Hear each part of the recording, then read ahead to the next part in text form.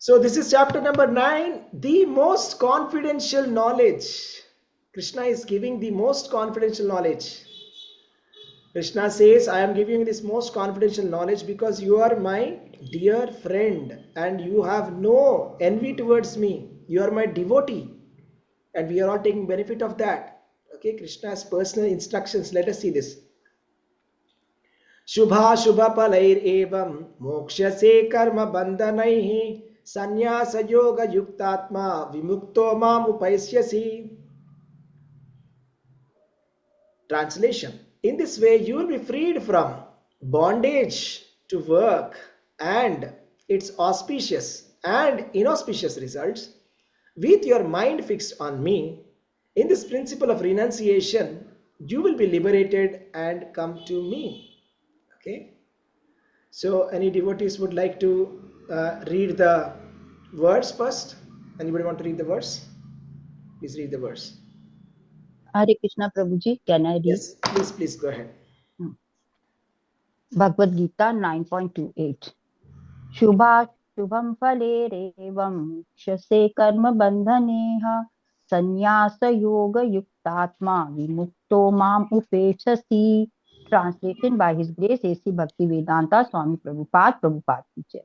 In this way, you will be freed from bondage to work and its auspicious and inauspicious results.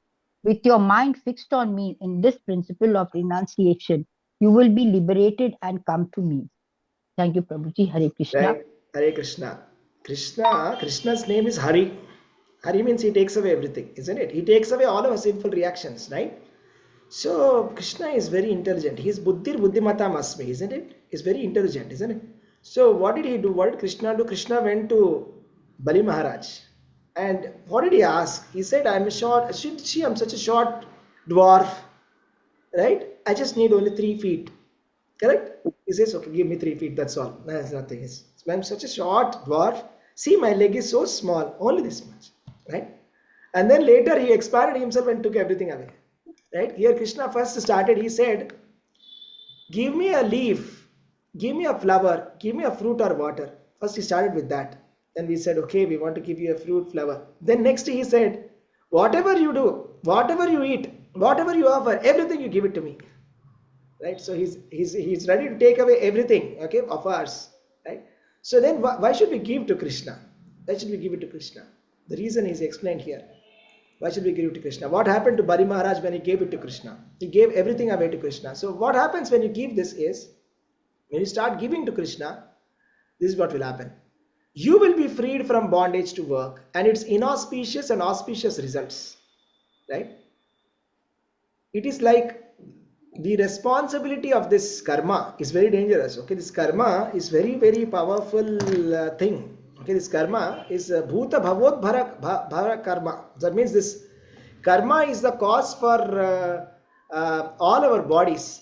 I mean, we should not take this karma very lightly because karma can, decide whether we have to become Indragopa or Indra.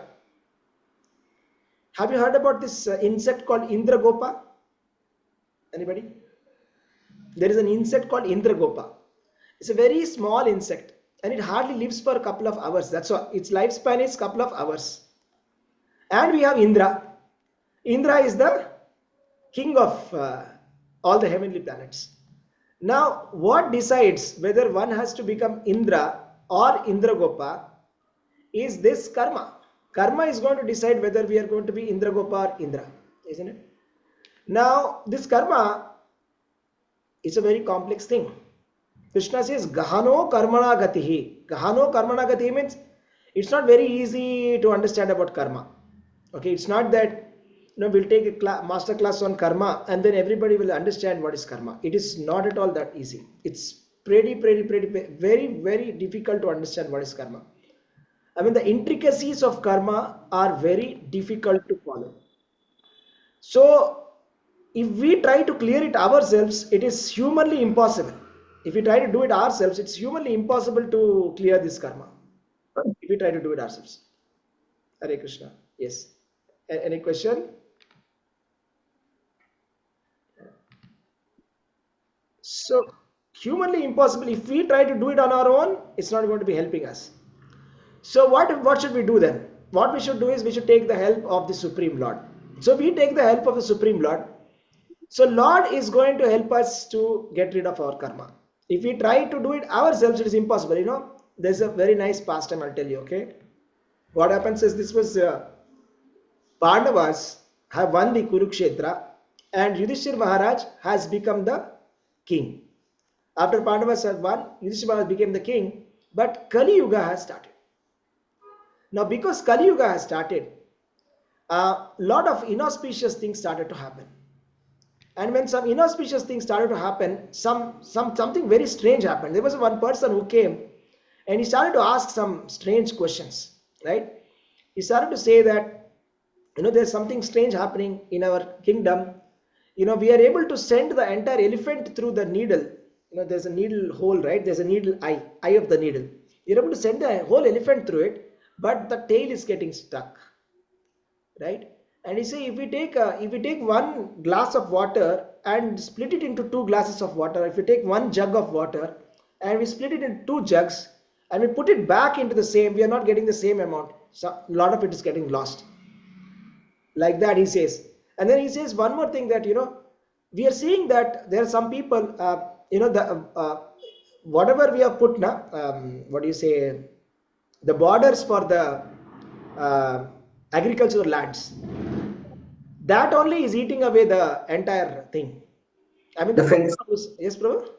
The fence, no? Yeah, the fence is eating away the crop. Fence is eating the crop. And then he says there's there's a huge mountain, and which is on the way when we are building roads. When we want to get rid of that huge mountain, we tried everything, but nothing was working. But finally we got one single thread, and with the thread we were able to cut off that mountain. And then Bhima was so puzzled, he went to Yudhishthir Maharaj. Yudhishthir Maharaj was also puzzled. And then Yudhishthir Maharaj said finally, okay, so what's happening in Kali Yuga? So what happens is, the first puzzle was that, you know, the elephant was able to go through the needle of the needle's eye, but not the tail. You know, in Kali Yuga, you know, big shots, they will, you know, get away with the scams, very big scams. They will pull away with scams. I mean, thousands of crores, you see. They'll take 3,000 crores loan and they will default it. But somebody who's taken 1 lakh rupees loan, they will send some agents and they'll beat him. Or somebody who has done a small pickpocket, no, they'll hit him very nicely in the police station. But the one who has done a very big scam, he's very nicely sitting. Nobody's touching him. Correct? So it is said, he says, yeah, you're taking some mug of water and then putting into 2 mugs and it's not coming back. So it's like parents do everything for their children, but when it comes for the children to do reciprocate, to take care of their elderly parents, they don't reciprocate. They will just simply go away from that place. They will say, we will not take care of you. When they were supposed to be taken care, they were taken care very nicely by the parents. But when it comes to their chance of taking care of the parents, they will go away. Correct? So like that, one more thing we said, the fence is eating away the crops. You know, what happens in Kali Yuga is, you know, we have, let us say, if there's a government appoints one committee for controlling corruption, you can imagine what happens next. What will that committee do next? That committee will be corrupt. They will do more corruption. Correct? So they kept somebody for fence. Okay, they're supposed to be the fence, supposed to be protecting, but the fence is more interested in eating away the whole crop, right? So in the final one is, there's a big mountain which is getting cut by thread. What that basically means is, this mountain is the mountain of karma. You know, our karma is so big, so much we have accumulated, that it is as big as a huge mountain. And now, see, we can try doing some Vedic rituals and try to break down this big mountain. But tell me, how much time will you take if I give you a hammer and I say, okay, bring this mountain down? How much time are you going to take for doing that? Even if you do lifelong, I mean, it's not possible. Even if you do it lifelong, it may not be possible with a hammer, right? But with a single thread, right? With that japamala, right? We chant Hare Krishna Maha Mantra, right? Simply chant this Hare Krishna Maha Mantra. So we can get rid of all the karma that is possible, isn't it? So all the karma can be got rid of by the chanting of the Hare Krishna Maha Mantra. So this karma is a very, very tricky thing. So I'll show you this. The other day also I showed this. Let me show you this. Let's take a look at this. So this is the karma machine. Okay. What is happening? Krishna is explaining in Bhagavad Gita that karma means bhuta bhavodbhara karo. Bhuta bhavodbhava karo karma. Means karma is something that produces bodies. Okay, so that is when a person is living, okay, whatever activities that he is doing, right, that activities are going to cause the future births. They can be different types of animals. You see so many different types of animals. 84 lakh species of animals, different species of life are there. So based on everything that is done in one lifetime. Now this karma is there's a memory for this karma. It can remember all the past lifetimes and it will be giving a result one after the other. This is a huge machine, okay? Now the cycle of birth and death goes on like this, right? So this karma is not so easy. So to get rid of this karma, right, to get rid of the past accumulated actions or past accumulated fruits of activities, now whatever we act in this present body, we have to do it for the pleasure of Krishna. That is why we have to do two things. Sri Krishna Prityartham. Before you start the activity, you should say, I'm doing this for Sri Krishna Prityartham. It can be any material activity. You do it for the pleasure of the Lord. Sri Mahavishnu Ragnaya. By the order of the Supreme Personality of Godhead, I am doing this. For the pleasure of the Supreme Lord, I am doing this. And finally, whatever you do, you please say Krishna Arpanamastu. Om Tat Sat. Hari Om Tat Sat. You're saying, okay, I'm giving these activities for Krishna. Okay, Krishna will handle it. Krishna will handle this machine of karma. If we have to break down that mountain of karma, it is impossible. But if Krishna has to do it, Krishna can burn it off, in one moment. Imagine if that mountain were to be a mountain of cotton. If the mountain was a mountain of cotton. So what do you need to get that into ashes? What do you need? You need just one matchstick, isn't it? One matchstick, you just put it and the entire mountain of the cotton will be burnt into ashes. So that's what Krishna says, karmani nirdahati kintu cha bhakti bhajam. Karmani nirdahati tu kintu bhakti bhaja means by doing bhakti, you can get rid of the entire thing, the whole thing. We can stop this forever. We have to give the control to Krishna. So Krishna, it's very nice. You see, Arjuna has given the control, reins to Krishna. Right? So what did Arjuna do? Arjuna made Krishna his Rathasarathi. The reins of his chariot is given to Krishna. So similarly, we have to give that. We should not keep that. We are holding that reins and we are deciding what we should do next. No. Please give that. Our minds, it is said that in a Vedic analogy, it says the mind is the reins, okay, for that horses. Horses are the senses. Intelligence is the mind. So when we become, our intelligence becomes purified, right? Buddhi yoga. Right? You give it to Krishna, give it in the hands of Krishna. That's it. Whatever you do, give it to Krishna. That's it. That is the essence. So that is the idea. So everybody is trying to give to Krishna and only Krishna only. So what happens when you give it to Krishna? Gradually we become purified. Gradually we become purified. So let me show you one more picture. It will become more clear for you. So how it basically works.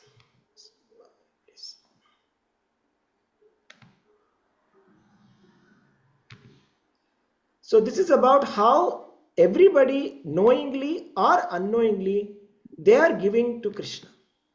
So that's what is happening. Okay, just see this now. Okay, can you see this? See what's happening here is, let me just do a, So here we see there are some people who are doing Vedic rituals, ritualistic fire sacrifices, etc.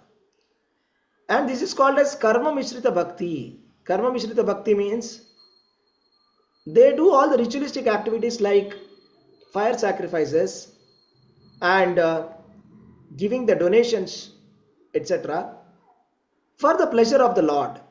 For the pleasure of the Lord. And then finally they say, Krishna Arpanamastu. Okay. Then what will happen is this Karma Mishrita Bhakti, this will also purify us. That's what Krishna is saying. Phala phala, Shubha Shubhai, Palatyagai. You give away to Krishna. Don't keep it with you. Give it to Krishna. The result you give it to Krishna. If you don't give it to Krishna, you know what happens? This fire sacrifice, if it is not given to Krishna, it will not go to the demigods. You know where it will go? Any idea? Who will take that? If we don't give the result of our fire sacrifices to Krishna, who will take the result? What will happen to that sacrifice? It will go to the demons. The Rakshasas will take it. So any activity that we do, if it is not done for Krishna, only it is the demons who will take it and enjoy it. That's it. Every activity, it may be fire sacrifice is a symbolic way of understanding. It can be your, any profession it is, any profession, whatever you may be doing. You must finally give it to Krishna. And that is Karma Mishrita Bhakti. It is Bhakti only. But Karma Mishrita, Karma Yoga, it becomes Karma Yoga. Karma Yoga is Karma Mishrita Bhakti. So the Jnanis are reading the Upanishads. The Jnanis are reading the Upanishads. And then they are trying to find out what is Brahman. That means they are trying to find out the root of the tree of the material existence. So after an intense study, after many lifetimes, Bahunam Janmanam Ante, Jnanavan Mam Prapadyate, then he realizes, okay, the tree is, this tree of material existence, the root is Krishna. And then he starts to water the root. But in an indirect and a very lengthy fashion, in an empirical research. It is like this, right? See, for example, you can use Zoom directly, by taking the license and use it, or you can create the Zoom software yourself. It's going to take a couple of years, but you can do that also. But instead, we just directly, you can use the phone directly, or you can write the entire code for creating a phone yourself. Now it's like that. They want to do it, that somehow they are attracted to it, they do it, so they take many lifetimes, and finally they understand, okay, the root of the creation is Krishna, and then they surrender to Krishna finally. Yoga Mishrita Bhakti is like, people are doing yoga practice, they are meditating upon Lord Vishnu, they are meditating upon the Lord Vishnu, and after many lifetimes, Aneka Janma Samsiddhi, after many lifetimes, they also come to the pure devotional service. The Vishuddha Bhakti is the pure devotional service when we directly come to the Supreme Lord without wasting any moment, without wasting any time. We just hear from the authority and we agree. This is the orientation. So ultimately coming to Krishna is the multi-point point. So come to Krishna. So if you want to be freed from, so this level is the first level where at least, okay, Karma Mishrita, whatever you are doing, okay, we may not be able to imitate the great pure devotees like Haridas Thakur. Haridas Thakur was chanting Hare Krishna Mahamantra 22 hours a day. Okay, I'm not at that level. I'm not able to. Arjuna, I tell you one story. One day Arjuna was sleeping. And then, somebody enters into the room. And then they try to see. There is some sound coming. Chanting of Krishna is coming. And then they see who is chanting in this night. The sleep. See, Arjuna's every hair on the body, every hair is chanting names of Krishna.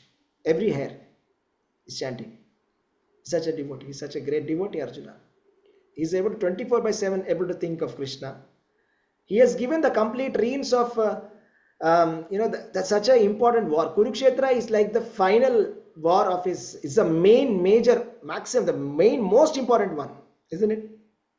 The most important. He has fought so many wars. Best of all the wars that he has fought is Kurukshetra. It's like World Cup finals, the best of the final, best of the thing. He has given his reins to Krishna. Krishna, you try. Correct? Yeah, the Vrindavan Vasis, for Krishna, they are giving everything away. Nanda Maharaj, he moved from Gokula to Mathura. If you move from Gokul to Mathura, Gokul to Vrindavan, I'm sorry. From Gokul, they were staying in Gokul first of all. But then what happened? There were so many demons who were coming and attacking Krishna. So just for the sake of Krishna, he gave up all the properties, all the land, whatever is there in Gokul, he left it. And they moved to Vrindavan, only for Krishna. He gave everything away for Krishna. That is a pure devotee, Nanda Maharaj. They give everything away for Krishna. Right? So the gopis, they have given up everything away for Krishna. Right? They have left all the kinds of shame, all kinds of societal kind of shame that is there. They have left everything for Krishna. It's like they have given away everything to Krishna. So we may not be at that level, but so what we should start with is whatever we are doing, we should offer to Krishna. That is the first point. Then if we do that, slowly we will attain the perfection. Slowly we will come to a stage where we are able to give everything away to Krishna. That is the ultimate point. So we have to act. As long as we are there in the material world, we have to act. We cannot stop acting. We cannot, this is another trap. We cannot falsely think that we are very elevated and stop our karma. Then it can become very dangerous also. We see that some devotees, they try to renounce everything, early renunciation, and then Maya takes over later. And then it becomes more worse than before.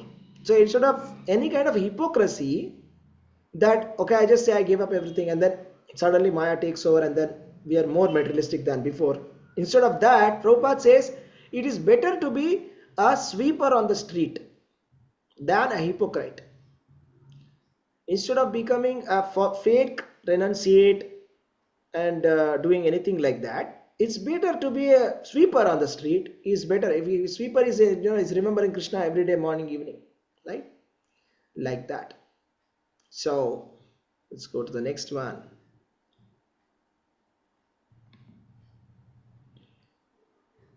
Samoham sarvabhuteshu name dveshyosti na priyaha ye bhajanti tumam bhaktya maite teshu chapiyaham. I envy no one, nor am I partial to anyone. I am equal to all. But whoever renders service unto me in devotion is a friend, is in me, and I am also a friend to him. Hare Krishna. Anybody would like to read the verse, read the synonyms also and translation also? Hare Krishna, Prabhuji. Yes, May I? please. Yes, please. Text 29. Samoham sarvabhuteshu name deshosti na priya ye bhajanti tumam bhaktya mayi te teshu chapyaham. Synonyms. Samaha, equally disposed. Aham, I. Sarva Bhudeshu, to all living entities. Na, no. No one. Me, to me. Dvesha, hateful. Asti, is. Na, nor. Priya, dear. Ye, those who. Bhajanti, render transcendental service. To, but. Mam, unto me. Bhaktya, in devotion. Mai, are in me. Te, such persons. Teshu, in them. Cha, also. Abhi, certainly. Aham, I. Translation by Srila Prabhupada ki jai. I envy no one, nor am I partial to anyone. I am equal to all, but whoever renders service unto me in devotion is a friend, is in me, and I am also a friend to him. Hare Krishna. Hare Krishna. This is such an important thing. Thank you so much, Mataji. This is such an important verse to understand Krishna Tattva. So we have to understand Krishna Tattva, in Tattva. So Tattvena, if we don't understand Krishna in Tattva, Chavanti te. Krishna says, if we don't understand Tattva, we will fall down. So we know Krishna is a Bhaktavatsala, but then the opposite party, Kauravas, they say Pandava Pakshapati. That means what? He is partial towards Pandavas. Is Krishna partial towards Pandavas? Is Krishna partial towards his devotees? Because apparently it appears that Krishna is doing so many tricks to make Arjuna win, isn't it? It has, I don't know if you have heard this. One day what happened is, Gandhari, Sadhvi, Bhagavatam says Sadhvi, okay, pious lady, okay, because she, after marriage, her husband was blind by birth, so she decided to blindfold herself. So she decided to blindfold herself because her husband was blind. So she was following the uh, Pativrata Dharma very nicely. So now she said, okay, I have not opened my eyes in many years now. So my eyes have got some power. So she says to Duryodhana, you come in front of me completely naked, and I will open my eyes and see you. When I see you, there is so much of divine tapasya. This is tapasya, isn't it? When she has closed her eyes for so many years, that is tapasya. So all that energy of that tapasya will help you, and your body will become very strong. Please come, right? So she says like that. Everything, the plan is set, everything is set, and Duryodhana was supposed to come into the room like that, naked. And when he was about to enter into the queen's chambers, and Krishna somehow tricks. Krishna stops and says, "Oh, what is this? What happened? What are you doing?" Right? Then he says, "Oh, I'm supposed to be coming like this. That's what my mother said." She said, "Come on, please, have some shame. Wear some underwear and go," like that. And then he will not. So he will wear something and then he'll go. And then Gandhari will open her eyes and she'll be shocked. Why? Why did you not come naked? I told you to come naked, isn't it? Now all of your body is strong except your groin. That area has become weak. Now that is a weak point. Why did you do this? He says, Krishna tricked me. Okay. So it appears as if Krishna is tricking. So many tricks he has done, in Mahabharata, okay, to make Arjuna and Pandavas win. So it may appear, oh, Krishna is very partial towards the Pandavas. Is it? So is he partial to anybody? That's a question. Actually, Krishna is saying, Samoham sarvabhuteshu name dveshyosti na priyaha. I am equal to every living entity. Krishna is the father of Pandavas. Krishna is the father of Kauravas also. So the demons and the demigods, Krishna is the father. Another pastime. We see the Devatas have lost their kingdom and they wanted their kingdom back. So they go to Vishnu and ask, what should we do? Then Lord comes up with a plan. He says, you go and churn the milk ocean. And then out of that, so many things will come out and you will restore your kingdom also. Lakshmi Devi will come. Okay, and Lakshmi will be back. Okay, so then what should we do? You should go and join hands with the demons. Then they say, what? How can we join hands with the demons? But they are demons, right? They are our cousins, but we hate them. I mean, they hate us. They are our enemies. Krishna says, sometimes you should have to do it. You'll have to collaborate even with your enemies also. That is necessary. So Lord Vishnu gives an advice to them. So they are listening. Whatever Vishnu is giving, they're happily hearing and they're following. Whatever Vishnu says, demigods will follow. Whatever Vishnu says, demons will do the opposite. So then started the churning of the milk ocean. The demons, they said, the Devatas first said, Lord Vishnu said some instructions to the Devatas. He said, don't hold the head of that Vasuki. Vasuki is the snake, that is a serpent on Lord Shiva. That's a very huge snake. Don't hold the head, hold the tail. But you act as if you want the head. So when they are about to churn around that Mandara Parvata, right? And then there's tortoise, Kurmavatara below, okay? And then everything is set. Lord Vishnu is watching it. Now they are about to churn. The Devata starts shouting and saying, no, we want the head. We want the head. Then the demons get instigated. They said, oh, Lord Vishnu said that, okay, we want the head. Why will you want the head? Do you think we are so cheap that we will hold the tail of this snake? We want the head. We want the head. We are not going to accept anything less than the head. We want the head. I said, okay, take it. Then they started churning the milk ocean. And then the poison started coming from the mouth of the Vasuki. And the demons started to die. You see. And then finally the nectar came. Lakshmi came, Airavat came. And so many different things come out of it. And finally Lakshmi came and finally it comes, the Amrita comes. And then Lord Vishnu. Now the demons will run and they'll just steal that, and they're trying to drink it now. So Lord Vishnu will immediately come as Mohini, a very beautiful form, beautiful lady, and he will be talking very sweetly, charmingly to the demons and say, "Can I do the sharing, please?" They said, "Yes, yes, please, you do it. If you do it, we will hear." Then they gave away that bowl, and Mohini started to give to all the devatas. And then it was almost finished, and somehow Rahu Ketu got it, and then Lord cuts that body and it becomes Rahu and Ketu. And ultimately the demons didn't get anything. Now, is it that Lord Vishnu is partial to the Devata and he is against the demigods, or he is against the demons? Is he partial? He's not. That's the point. That's how we should understand. He's saying clearly, Samoham sarvabhuteshu name deshyosti na priyaha. Demigods or demons, both are the children of Krishna. Krishna is saying, Aham bija pada pita. Pita aham asya jagato mata data pitamaha.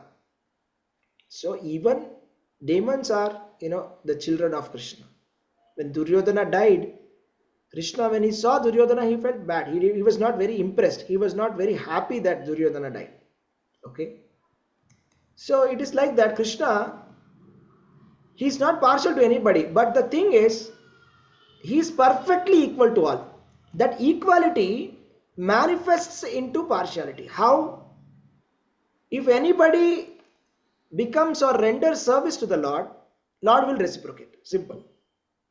That means like Kauravas and Pandavas, if one of this party renders service to Krishna, Krishna will start rendering service to them. That is how Krishna appears to be partial. But Krishna is not partial. If Kauravas also would have come and rendered service to Krishna, Krishna would have been equally rendering service to them also. Similarly, the Devatas and the demigods and the demons. The demons are always against Vishnu. Vishnu Purana says, Vishnu Bhakta Bhaved Daiva Asuram Viparyataha. Vishnu Bhakta Bhaved Daiva. Daiva, Devata means devotee of Vishnu. Asura Viparyataha, not a devotee of Vishnu means Asura. So the demons are always against Vishnu. They are against Vishnu. So because they are behaving like that, Krishna reciprocates. Krishna acts as if he is coming like a Lord Narsimha and he kills Hiranyakashipu. He comes as Varaha and he kills Hiranyaksha. He appears to be, he comes as Jagan Mohini and he takes away the nectar from them. It appears as if he's doing a lot of partiality. But this is the point that we have to understand. He is equal to everybody. Let the demons render service to them, to Vishnu, he will render service to them. Bali Maharaj is a demon. Yes or no?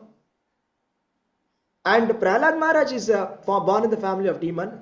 It's a demon family only. He is born to Hiranyakashipu. But Lord has incarnated for Prahlad Maharaj. Complete incarnation, separate incarnation for one devotee. And for Bali Maharaj, he came one incarnation. One incarnation for one person. Is that possible? Generally, Lord comes one incarnation means for all the devotees. But one person, one incarnation. He has come for the demons. So, it is just that ye yatamam prapadyante tam sataiva bhajamya. It is like a mirror. Okay, it's like a mirror. Okay, if you put the mirror, if you put a nice makeup to your face, your reflection will look beautiful. Yes or no? If I put my face, I make completely like put my hair like this, I make opposite of it, then my face will look bad. As simple as that. That's it. If we serve Lord, Supreme Lord, Lord will serve us. If you worship Krishna, Krishna will worship us, and Krishna will take care of us. Krishna will get us rid of this material world. As simple as that. If somebody becomes envious of Krishna, Krishna apparently becomes envious of them and he kills them. So, but the interesting point or the nice point is, even when Krishna kills, that is also mercy. How is it a mercy? When Krishna killed Hiranyakashipu, Prahlad Maharaj was asked by Lord Narsimha, what is it that you want? Prahlad Maharaj was asked by Lord Narsimha, what is it that you want? And Prahlad Maharaj said, my dear Lord, please don't tempt me with these benedictions. I'm already a demon. I get very much tempted to the Maya more. But when Lord persists and asks, okay, what is it that you want? He says, okay, my father, can you please liberate him? I mean, I know he has done so much of offense against you and against me. I forgive him. Kindly, you also forgive him. Please don't send him to the lower planetary systems or give him something bad. Then Lord says, the moment I touched your father, he is liberated. The touch of Lord itself is transcendental, is pavitram, right? From his lotus feet, Ganga has come, so you can understand how pure he is. From his feet, Ganga has come, which can purify the three worlds. So the source of that lotus feet, that lotus hands, that lotus divine personality, Lord Narasimha has touched. So he said, at the moment I touched your father was already liberated. You don't have to worry about him at all. So what happens is when the demons are killed, whether it is Shishupala, when Shishupala was killed, do you know what happened? When all the assembly was seeing, there was a light that came out of Shishupala and entered into Lord Krishna in front of everybody. So is that not a favor? Right? So he has finished his demoniac mentality and given him mukti. The same happened with the Agasura. Same happened with Putana. What to talk about Putana? Putana came to kill Krishna, baby Krishna, by giving her breast milk which was poisoned with a Kalakuta Visha. Very powerful cyanide. It is cyanide, okay, which Putana wanted to feed Krishna. But what did Krishna give in return to Putana? Krishna killed Putana and made her Dhatri in Golok Vrindavan. So there is a Vaikuntha Vimana, airplane from Vaikuntha came and took Putana back to home, back to Godhead. Right? So it took him back to Godhead, took her back to Godhead, and she got the position of a maid. I mean, like a nurse, Dhatri. You see? I mean, how merciful is the Lord, right? So somebody who has come to kill, he's seeing positive that no, she came as a mother, so let me give the mother position. So like that, Lord, even if he's killing apparently a demon, right? So that is not killing, because Krishna said, right? What did Krishna say at the time of death? If you remember Krishna, if you see Krishna, what will happen? Anybody can say, Antakale chamami smaran muktva kalevaram. What happens then? Next. What happens to a person who remembers Krishna at the time of death? Can anybody say? You'll go back to Godhead. You go back to Krishna. So then what will happen to those demons who are killed personally by Krishna? They go back to Krishna. They're seeing Krishna, right? So it's like we show the example of a frog and a snake. Snake is eating a frog, or a frog is eating a insect. The insect is looking at the frog and it gets the body of a frog. Now the demon is getting killed by Krishna and Krishna is killing personally. So that is also a benediction. It's a great benediction. So that is going, he's actually going to go back to God, like all the demons, like, you know, starting from Shishupala, Agasura, you know, Bakasura, all these demons were liberated. So there are two ways of approaching Krishna. One is in a favorable way, one is unfavorable way. Kamat, Krodhat, Bhayat, Snehat. Kamat, Krodhat, Bhayat, Snehat means, you know, out of apparently lusty desires, gopis have approached Krishna and they got liberation. Krodhat, out of anger, there are so many demons who attacked Krishna, like Jarasandha, etc., etc. You know, all of these demons, Agasura, Bakasura, Trinavarta. Bhayat, out of fear, Kamsa. He was always fearful of Krishna. He was always remembering Krishna. He was 24/7 in Krishna consciousness. Kamsa, did you know that? 24/7 he was thinking how to kill Krishna. That was his only meditation. How to kill Krishna, how to kill Krishna. He is always thinking about Krishna. Snehat, out of friendship, like the Pandavas. They are also liberated. But however, the Acharyas say that this Krodhat, Bhayat, or the unfavorable devotional service we should avoid. Okay, we should do Anukolyena Krishnanushilanam Bhaktiruttama. We should not get into that direction. Okay, that was a pastime. They were Jaya and Vijaya who were cursed.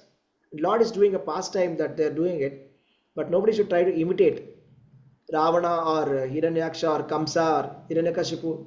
That okay, let me become unfavorable to the Lord and Lord will immediately come to me. That's a That's very dangerous. Actually, the Ramayana also, I don't know if you know this. Valmiki Ramayana has got 7 kanda. 7th one is called Uttara Kanda. Uttara Kanda means it is a Uttara. There is a meaning. There are 2 meanings for that. Uttara means extra or last. Uttara means like what do you say? In books we will have at the end appendix like that.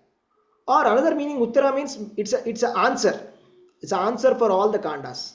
Uttara Kanda. It has got so many in-depth answers for for different things. In that, when Narada comes to Ravana asks Narada, can you please tell me how do I go back to Lord? Then he says, Lord is coming as Ramachandra. You become his enemy and you steal his wife. Then he will become your enemy and he will kill you and you can immediately go back to Godhead. So then Ravana does that. That's what Valmiki Ramayana, Uttara Kanda says. That's why Ravana became very fixed that, okay, I shall steal Sita. Okay, so that I have to get rid of this demon body.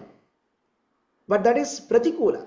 We should not do that kind of demon. We should do anukulyasya Krishna anusilana. That means the way we should think is, even if an unfavorable demon is coming in front of Krishna, he is getting liberation. Then just imagine what is it that the favorable devotees get. If the unfavorable demons are getting liberation, impersonal liberation, Sayujya Mukti, Salokya Mukti, different types of Mukti Krishna is giving them, then what will he give to the devotees who are always remembering him, chanting about him?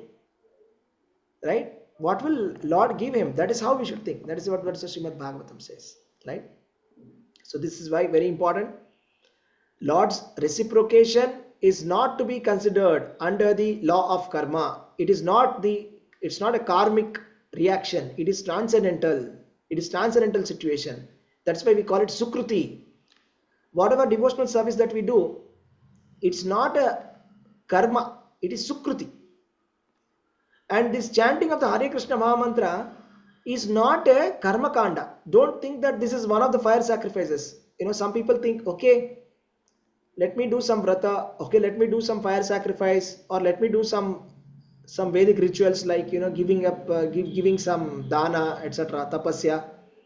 Chanting is also one of them. If you think like that, that's an offense. It's one of the 10 offenses of the holy name. We should not consider the chanting of the holy names to be a karma kanda. It's not under karma kanda. So whatever we give to Krishna, this reciprocation between Krishna and his devotees is not like the reciprocation of ordinary master and servant in the material world.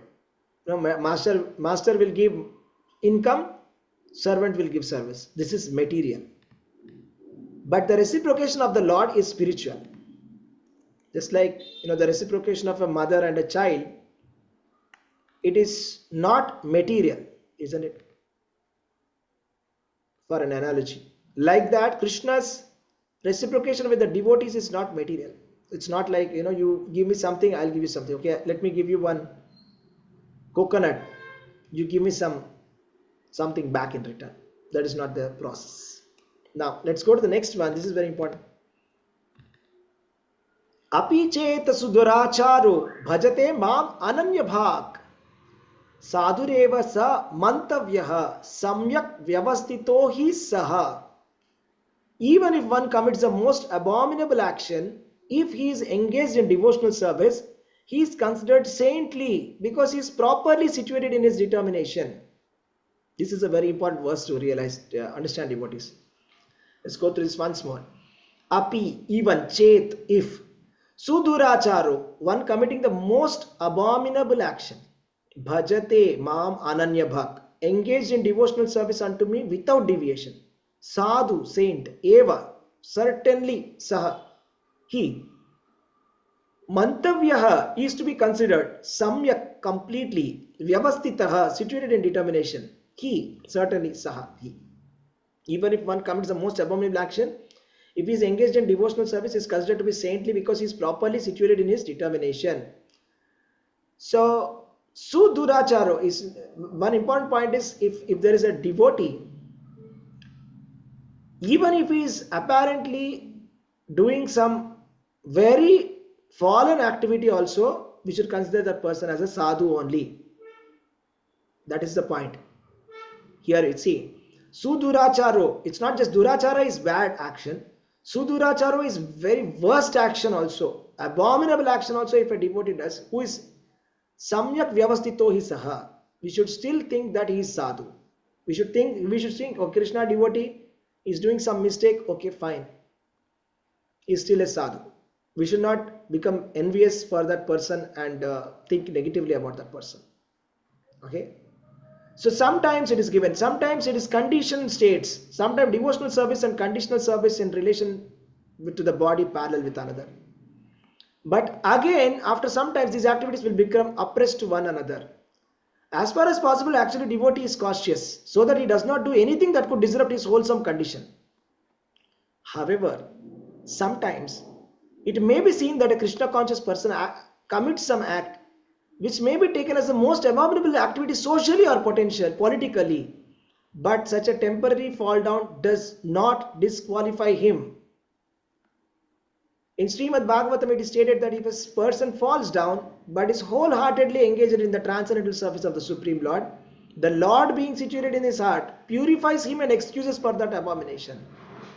See, there is a difference between the fall down of a devotee and a fall down of a non-devotee. The fall down of the devotee is not a fall down at all, because as long as he is in devotional service, he is going to come back, he will bounce back, he will be purified, because he has taken the process of purification. Just like if you switch off the fan, the fan is still rotating for some time. You switched off the fan though, so it doesn't mean that you cannot say that fan is still having electricity.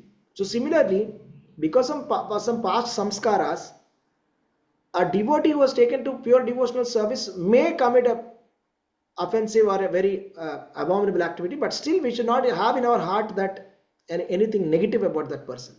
We should not have in the heart, because he is still in the process. As long as he is in the process, he is going to get purified. But the fall down of a non-devotee is a real fall down.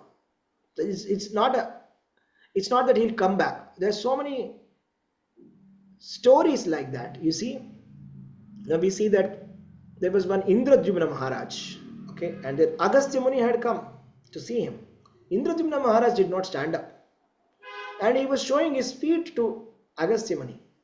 Agastya Muni immediately cursed him that you shall become an elephant. You are sitting like an elephant when a sadhu has come. You become an elephant. Indradyumna Maharaj became Gajendra, and then he was caught by the crocodile, and we all know what happened next. He surrendered to the Supreme Lord, even in the animal body. Lord came and liberated him.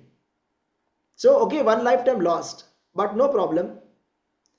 He is going to be purified again. Like that, all the past lives, all the demons of the Vrindavana, they have a past story. Okay, how did they become that? Okay, snake body, right? So, Agasura, right? So he became a snake. He was cursed to become a snake. He was also a devotee in the past life. So there was a argument that happened between two devotees, and then they cursed each other. Something like that happens, and then he becomes a snake, right? So no, it's a curse. I mean, they were fighting. I mean, there were two devotees. They were not, devotees are not supposed to fight, but they fought. They were arguing. They were debating, and Krishna came and settled it by making them demons in Vrindavan, and he purified them. Like that, Krishna will purify. Agasura was purified. So, even if by chance or accident if he is found to have fallen, right, we should still say he is sadhu only.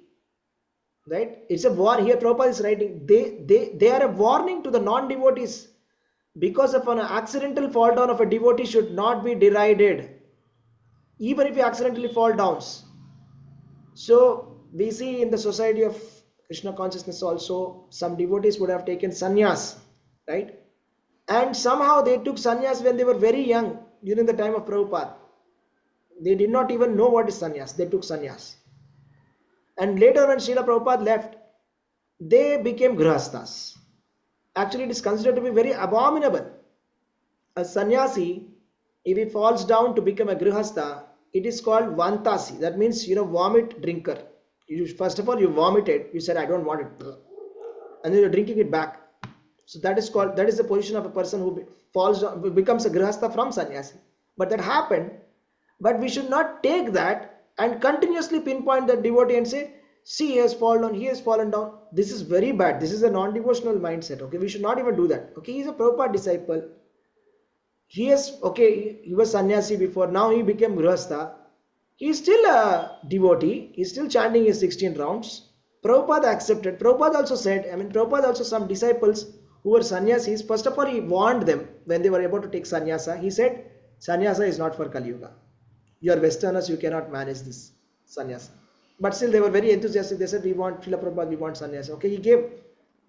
And he saw some of them falling down during his time only. So Prabhupada did not criticize. He married those sannyasis with some women also. So because Prabhupada said, it's okay, you be in Krishna consciousness somehow or the other. Okay, it is a fall down, but it's not like a fall down of a non-devotee. It's not a fall down of a non-devotee. Okay, you are a devotee. Just be in Krishna consciousness, and this Krishna consciousness will purify you. So we should not get into this Vaishnava aparadha, unnecessarily trying to criticize the devotees for apparent fall downs. We should not try to materially see the devotees, their lives, and trying to study and try to say, okay, he's an abominable person, he's fallen, he's not fallen. We see this kind of talks. Okay, this is not a good thing. Why? I'll tell you. See, next verse. Hare Krishna Prabhuji. Hare Krishna Mataji. Where can we take Ajamil Prabhuji? What, which this says he was a devotee first, Yes. then he fell down. Yes. Where should we place him, Prabhuji? We should think of him as a sadhu. There are so many Matajis even now. Sadhu. There are some. Because he sannyasis. started doing all abominable work now, Prabhuji. Abominable means here. Abominable means was fallen temporarily, and we should. If he's continuing to be abominable, we should stay away from him. We should. It's not that we want to encourage him and keep him in the society and make a problem out of it. But if somebody has fallen down from sannyasa to grihastha, example I'm saying, and then he later realized, okay, it happened, Maya, it's a strike of Maya, and it happened. Now what? Okay, now it doesn't mean that we are going to continuously ban this devotee or continuously deride this devotee, right? But Prabhuji wasn't in Krishna consciousness. Now he had deteriorated his life to the extent of killing and stealing and all that. Now Prabhuji, he wasn't in Krishna consciousness. That's not the story here. Even if somebody has, let's say, has stolen, he was in Krishna consciousness, he was a devotee, he stolen. Okay, there are some stories also like that. I'll tell you one story. Okay, it is a story. It's a real story. It's a story of a devotee who joined ISKCON. Delhi. He was like he was just like, he saw, okay, ISKCON is very rich, okay, they have a lot of money, and he thought like that. And he came inside, and then he used to act as if he's like, he wore the dress, devotee dress. He took the japmala and he used to act, everybody says, 16 rounds done, he used to say. He took initiation also like that. Okay, I've stopped everything, and like that. And then he got into a service wherever there was money handling, he used to take money. He used to take that money, he used to steal it. Okay. Like that, he stole a lot of money. And one day he went to Mayapur and he hanged himself inside the room. Okay, and he wrote a letter to his spiritual master that all my life I have cheated you, Guru Maharaj, and I have done all of these activities. I feel very ashamed of this. And his Guru Maharaj, his Gopal Krishna Goswami Maharaj, he felt very bad for the devotee. If you have just confessed in front of me, you don't even have to die. That is the compassion of the Guru. Spiritual master is ready to forgive. You see? Spiritual master is ready to forgive. Right? If somebody is feeling bad about it. Right? So only thing, the Shastra says, if a Vaishnava is acting very offensively, not doing properly, we should just stay away from him, but still we should pay respect to that Vaishnava also. We should not be doing ninda or criticism. Okay? Because we don't know. He is going to be taken care by his Guru and Krishna. We don't have to correct him in a social way. You see? We just have to pay obeisances and stay away. That's it. Does it make sense? Let us see the next verse. Let's see what Krishna says. So this is also important. Prabhupada is writing. No one should take advantage of this verse and commit nonsense and think that he is still a devotee. Prabhupada is writing. No one should take the advantage of this verse and commit nonsense and think that he is still a devotee. If he does not improve his character by devotional service, then it is to be understood that he is not a high devotee. Okay? It's not a high devotee. It's one level of a devotee. That's it. Now let's see what Krishna continues to say about this kind of devotees who have somehow apparently done something abominable. Suduracharu. Something very abominable they have done. Krishna is saying, Kshipram bhavati dharmatma shashvat chantim nigacchati kaunteya pratijanihi name bhakta pranashyati. Kshipram, very soon, bhavati becomes dharmatma, righteous. Shashvat chantim, longing peace. Nigacchati, attains. Kaunteya, O son of Kunti. Pratijanihi. Pratijanihi means Krishna is pratigna word has come from pratijanihi. Means promise. Name bhakta pranashyati. My devotee will never fall down. He will never perish. Krishna is giving a guarantee here. We should have faith in the words of Krishna. Srila Prabhupada had 100% faith in the words of Krishna. That is why even when some of the devotees were not behaving properly, they were doing some abominable activities like stealing, etc., etc., so many nonsense things also, Prabhupada completely tolerated them. That is called faith. Krishna has said it, so I shall be faithful. We should not immediately jump into our material mindset and start attacking the devotee. Because Krishna is saying, Name Bhakta Pranashyati. Krishna is saying, Kaunteya Pratijanihi Name Bhakta Pranashyati. Because Kshipram Bhavati Dharmatma, he will immediately, very soon he will get purified. It may be this lifetime or the next lifetime. Just like Indradyumna Maharaj, he became Gajendra, he became purified. Isn't it? Aghasura was a sadhu, he was a saintly person.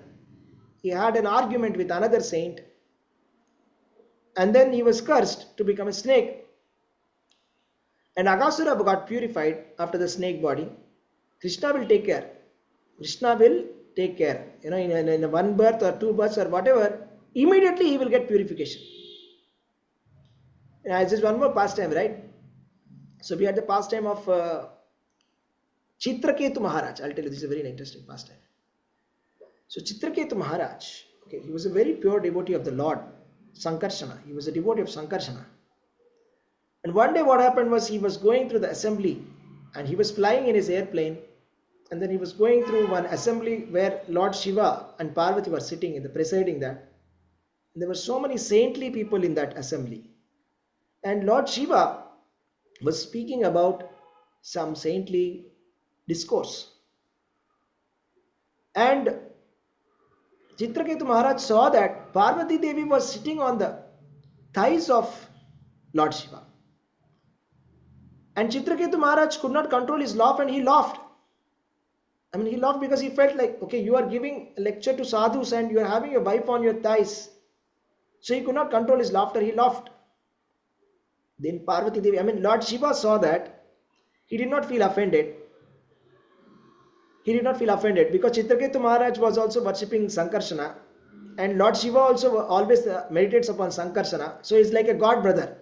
So he took it like a joke. That's it. It's apparently like it's little funny. You're telling something about Vedanta and you're having your wife on your thighs. That's it. He didn't take it very serious. Parvati Devi became very angry. And she cursed him, Chitraketu Maharaj. She said, oh, you have become such a great personality that now you are going to teach us Dharma. What is Dharma? You have become the holder of the stick of Dharma now. That you are going to tell Lord Shiva what he should support to do and what he is not supposed to do. Because you have acted like this, I shall curse you that you become a demon. You become a demon immediately. Right? And Chitraketu Maharaj, it is given in the Bhagavatam, even though he was capable of counter cursing, he doesn't counter curse. So he becomes very humble, and he says that, I am ready to take this curse.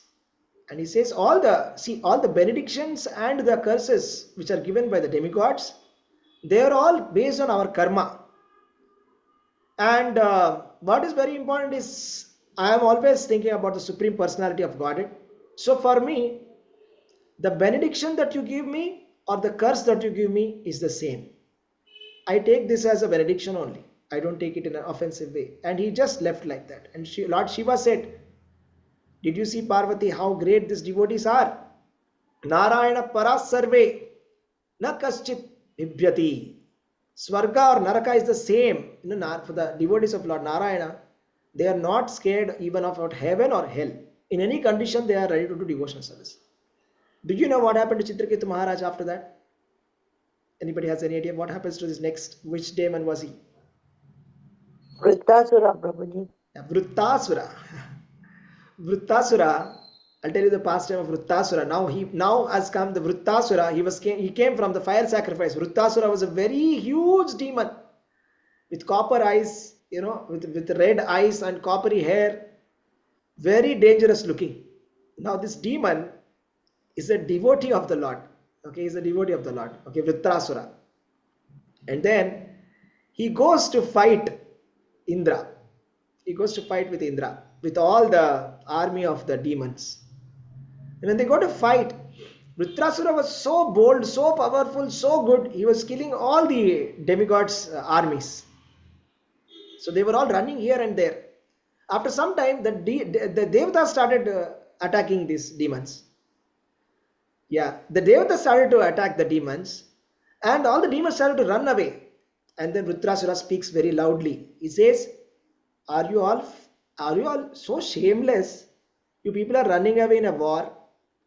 The war is supposed to be an occasion for us to fight and do it as an offering for the Supreme Personality of Godhead. And you people are running away, shame on you. He says like that. If you have shame, please come back and fight. He says like that, Vrittasura. After some time, Indra becomes very powerful. He realizes that, he has to kill this. So there's only one thing that can kill this Vrittasura. That is the Vajrayudha. So he takes the Vajra Ayudha. That's the lightning bolt, the Dadichi has given his Thunderbolt. backbone. With that he made a weapon, right? So with that, he starts to cut the hands of Vrittasura, first legs, and then this Vrittasura is saying, come on, fight, kill me. He's telling like that, okay? So Indra is surprised. What is going on here? He's saying, come on, kill me. He's saying, I am just waiting to go back to Godhead. And he says, just see who is the winner. I am the winner or you are the winner. Now I am remembering Lord. I'll go back to Godhead. You are after material benefits. You are going to stay back in the material world. I am going to go back to the Supreme Personality of Godhead. So kill me. Just do your duty. Let us do it for the pleasure of the Supreme Personality of Godhead. He says that. And this is a very beautiful verse. He says, just like how the birds, right? So small birds which are waiting in the nest for their mother bird to come and feed. Just like how a wife is waiting for the husband who has gone on a trip, very long trip to the different countries. I am waiting for the Supreme Personality of Godhead that he will come in front of me. When will I die? I am waiting. So he's like that. And this Vajra, Indra took that Vajra and he started to cut his neck. He was a very huge body. And it took him 1 year to cut off the neck and kill him. So can you imagine that somebody is cutting the neck? And this Vrittasura is thinking about the Lord all throughout the 1 year. Right? And he went back to home, back to Godhead. He went back to home, back to Godhead. So that means devotees, even if they have done some suduracharo, even abominable activity also, we should not think that Vrittasura is a demon. He's a saint. Sadhureva hi samantavyam. We should think he's still a saint. He may be in an animal body. He may be in any body. He's a saint. Kshipram bhavati punyatma. Shashvat shantim nigachati. He is going to go back to Godhead. Okay? Krishna will give a position. He'll give the punishment for whatever he has done. And then very soon will attain. My devotee never perishes. This is a very beautiful one. O son of Kunti, declare it boldly that my devotee never perishes. Why is he saying to Arjuna that you declare it? He's saying, Kaunteya, you say, declare, pratijanihi, name bhakta pranashyati. It's a very important verse. Name bhakta pranashyati. We should always meditate upon this verse. Name bhakta pranashyati. This is the promise of the Lord, Krishna. That if you become the devotee of Krishna, there is nothing called as a fall down. In fact, Srimad Bhagavatam says that those who have taken to the devotional service of Krishna, they can walk on the street blindfolded and they will still not fall down. But don't try this. So what this basically, what it means, try to understand the essence of it. So if you blindfold yourself and walk on the street, there will be sometimes there may be a manhole, you may fall down into it, or there may be some vehicle which may run over us, right? All of this can happen. But if the Bhagavatam says for a devotee of Krishna, even if he walks blindfolded and walks also, he will not fall down. What this basically means, he is under the divine protection. It means it's not to imitate that. It's just to say that symbolically or analogically, that a devotee can never fall down in a real sense. Okay, even if the fall down is just temporary. Okay, he will be taken care because he is in this process. Ananya Bhak, Bhajate Mam Ananya Bhak. He is a devotee and he is going to go back to Godhead. Maybe not in this lifetime, but maybe in the next. Krishna will take care of it. So what we have to learn from this is Name Bhakta Pranashyati. We should always meditate upon this. That my dear Lord, please. Just 1 minute, sorry. Hare Krishna, Cheppandi. Babu Vedda. Okay, very nice. Congratulations. The phone just. Ever puttaru? Ever puttarantuన్నా? Papa. Abbai puttadu kada? Okay, congratulations. Okay, once. Sorry. Mala phone chestanu class lo. Sorry. Hare Krishna. Sorry, devotees. Hare Krishna. Some urgent call. Okay, so we have to meditate upon this. Name Bhakta Pranashyati. Name Bhakta Pranashyati. Kaunteya Pratijanihi Name Bhakta Pranashyati. Right? So always meditate upon this instruction that we will never reach. In this path of Krishna consciousness, there is no fall down. There is nothing called as a fall down. But still, we should not take advantage of it. That's what Prabhupada said. Don't take advantage of this verse. Don't take advantage of this and try to experiment with it. That's not a good thing. Okay. So let's see this. It says here, this should not be misunderstood. In the 7th chapter, the Lord says that one who is engaged in a mischievous activities cannot become a devotee of the Lord. One who is not a devotee of the Lord has no good qualifications whatsoever. The question remains then, how can a person engage in the abominable activities even by accident or by intervention? Be a pure devotee. This question may be justly raised. We get immediate doubt, no? We lose our faith. When we see a devotee doing some abominable activity, we get the complete doubt in the process. How can this happen? How can a devotee do this? Right? So the clarification is given here. Let us see this.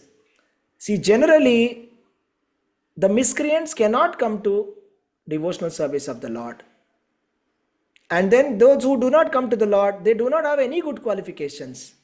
And a devotee generally who is engaged in 9 kinds of devotional service is engaged in the process of cleansing his heart. All the material contamination from the heart. He puts the Supreme Lord within his heart and all sinful contaminations are naturally washed away. Continuous thinking of the Supreme Lord makes him pure by nature. According to the Vedas, there is a certain regulation that if one falls down from his exalted position, he has to undergo a certain ritualistic process to purify himself. But here, there is no such condition because the purifying process is already there in the heart of the devotee due to his remembering the Supreme Personality of Godhead constantly.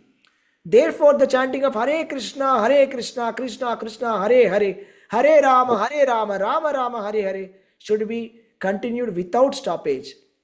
This will protect a devotee from all accidental fall downs. He will thus remain perpetually free from all material contaminations.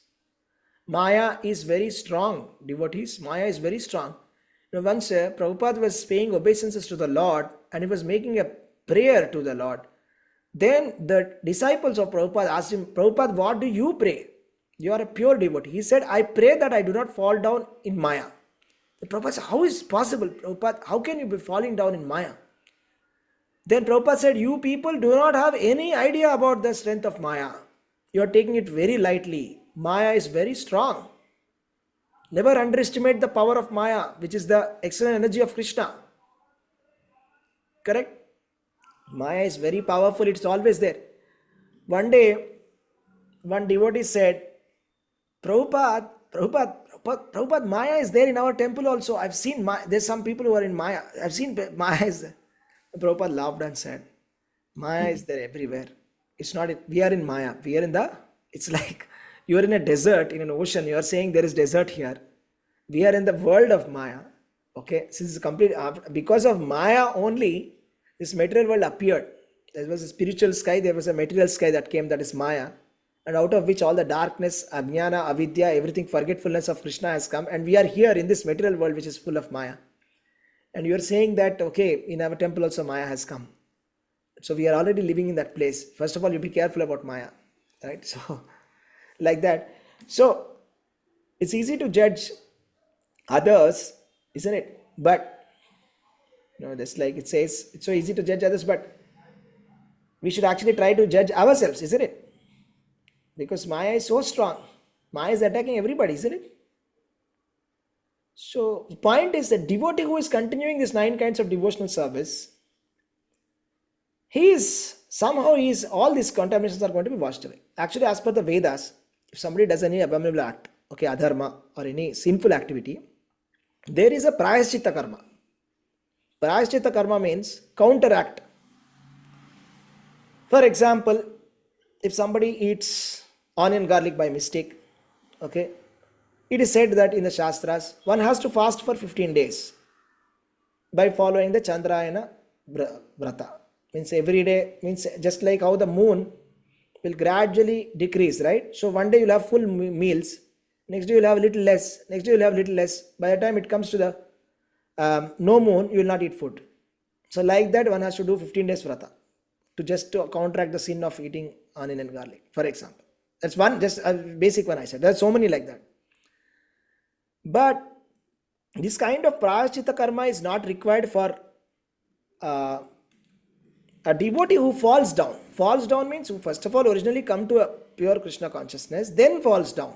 For such a person, he doesn't have to do the ritualistic prayaschitta karma, doesn't have to be done, because he's already doing the process of Shravanam, Kirtanam, 9 process of devotional service, which is very powerful in itself, which are the most powerful techniques, so he will be purified somehow.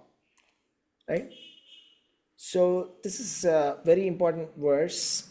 We have to understand that the difference. I mean, it is said in the Vedas that spiritual path is like a double-edged sword. You're walking on a sword. When you're walking on a double-edged sword, what happens when you walk on a sword? Right? On a sharp, there are some people who walk on the rope. But what if there are some people who walk on the sword also, a sharp one, straight, little bit here and there, cut, isn't it? Spiritual path is like that, right? So we have to be very careful. But the difference between other spiritual paths and Krishna consciousness is, in Krishna consciousness, the fall down is temporary, and then the person will come back because of the previous actions, previous devotional service. Once upon a time he was a devotee, and he will remember all of that, and he'll come back at least in this lifetime or next lifetime, even if he falls down from a devotional position. But those who are following the spiritual paths which are non-devotional paths, a fall down means real fall down and finished. You understand that, right? For example, somebody is doing some meditation yoga process. We see some rishis and munis are doing yoga process, and then there's some Apsara who comes and disturbs, and then this person loses his tapasya, he gets distracted. So finished means finished. That's it. There's no coming back. Again, it is like coming to 2 in that snakes and ladder. Finished means completely finished. There's no coming back. But devotional service is not like that. Kshipram bhavati punyatma shashvat shantim nigacchati kaunteya pratijani name bhakta pranashyati. Krishna is promising that those who are taken to the devotional service of Krishna, they will definitely be back on track. Okay? So this is the best process ever possible to go and spiritualize ourselves and purify ourselves and go back to God. Alright, so we'll stop here. Devotees, any questions? Do you have any questions, or do you want to add anything? Or if I've said something, you want to correct me also, you can. No problem. Please go ahead and tell me if you want to add something. Hare Krishna.